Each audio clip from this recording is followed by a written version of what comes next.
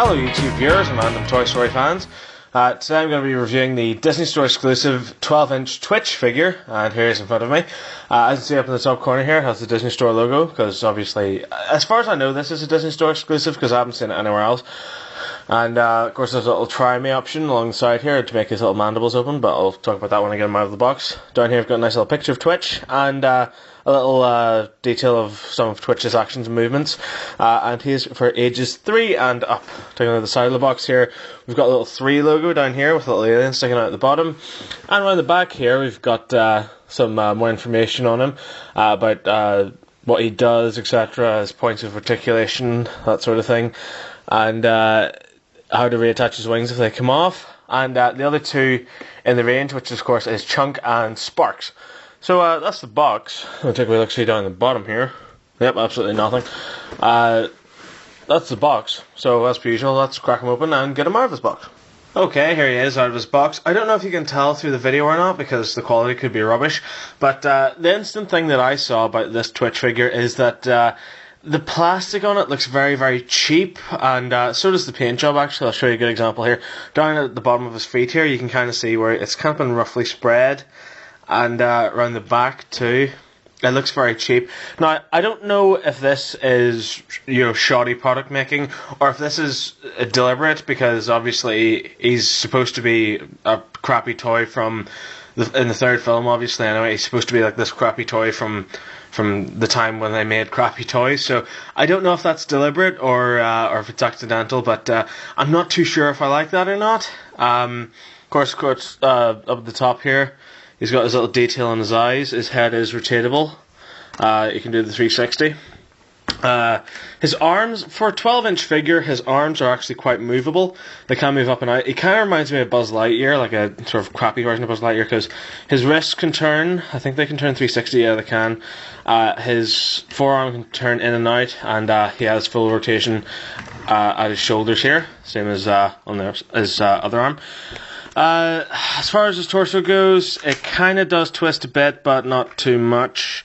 There's not a lot of movement going on there. And as for his feet, well, he can do the splits.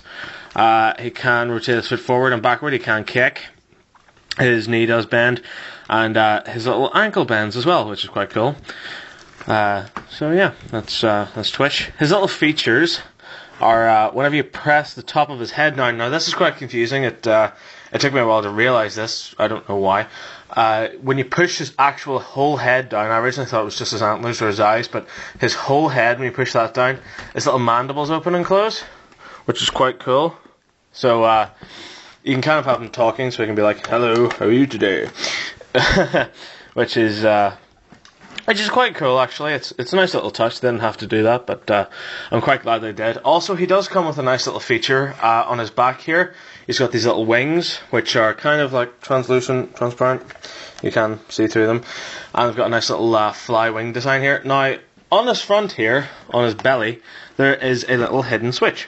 Now, when you press this little hidden switch, this happens. Let me see if I can just get it here. There you go, and his wings pop up, which is actually pretty cool. So if you look around his back here, I'll show you again. Just reset them by pressing them down, and then when you push it, oh, hang on, that's kind of awkward from this angle. Come on. Nah, it's a bit rubbish. Hang on, Matt. Right, let me just see here if I can get it. There we go, and his wings pop up. So that's pretty cool that they've added that little touch. I initially thought he didn't do that. I thought he just came with his wings folded into place, and they were optional to move up. And when I saw it in the Disney Store, I saw the little button, I was pushing it, and it makes this clicking noise. And I thought you just pushed that, and it was kind of a low-tech way of making him talk, which I thought was a bit crap until I brought him home to review him, and I found out that he did that, which is quite cool as well. Another little downfall, nothing major, but still a little downfall nonetheless, is the fact that he doesn't come with a staff. Now in the film he does come with a staff, a little yellow staff with something weird on the top of it, I don't know what it is. And for the 12-inch figure, I really thought he would have came with that, but for some reason he doesn't. Just a little thing, but I thought I'd point it out nonetheless. As far as size comparison goes, well, here's Twitch next to Chunk and Lotso, so it's kind of a little daycare set I've got going on here. As you can see, he does fit into scale incredibly well. Let me just see if I can grab my Ken doll here, just to give you a bit more of an idea. So there's like your average Ken doll there from the third film, and as you can see, the scale is quite well actually. I really like that they've released a 12-inch figure of Twitch, because the only other Twitches I've seen that are available in the range are little tiny 6-inch Twitches, which are a bit crap. And if you're like me, if you're a collector and you like to have all your figures within the right scale, it's good to get a Twitch that's that size. Even in comparison here to the Buzz Lightyear from the Andy's toy collection, from the Toy Story collection, you can see that he does fit in absolutely fantastically well as part of that set. Now, the size of Twitch may be quite fantastic and quite good, but the only downside about this toy is the price. This is £20, so in America, I don't know what price that would be, maybe about $30, I don't know. But for 20 quid, this is a bit steep for a toy like this. If it was £10, for example, then absolutely yes, I would recommend it. But the fact that it feels so plastic whenever you touch it, and it's so light too, and it feels poorly made, even though that may be deliberate or not, I'm not sure. But it is quite good. It has a lot of positive features too, like the little mouth open, the little mandibles is quite cool as well, and especially the little wings that pop up, and the articulation is fantastic. And of course, if you are a collector and you do have a massive Toy Story collection and you want to add Twitch to your collection, this is the Twitch I would recommend, because it is of course the right scale. But like I say, 20 quid is a bit steep. If you're willing to pay that, then by all means go ahead, go out and get it, it's fantastic. But for me, 20 quid is a little bit steep if you're a kid who wants this, or if you're a parent who wants to buy this for your child. I don't know. If it's really up to you if you like it or not, and you can go ahead and get it. For me, that's just my personal opinion. If you are just wanting them to play with them, by all means, get the smaller ones.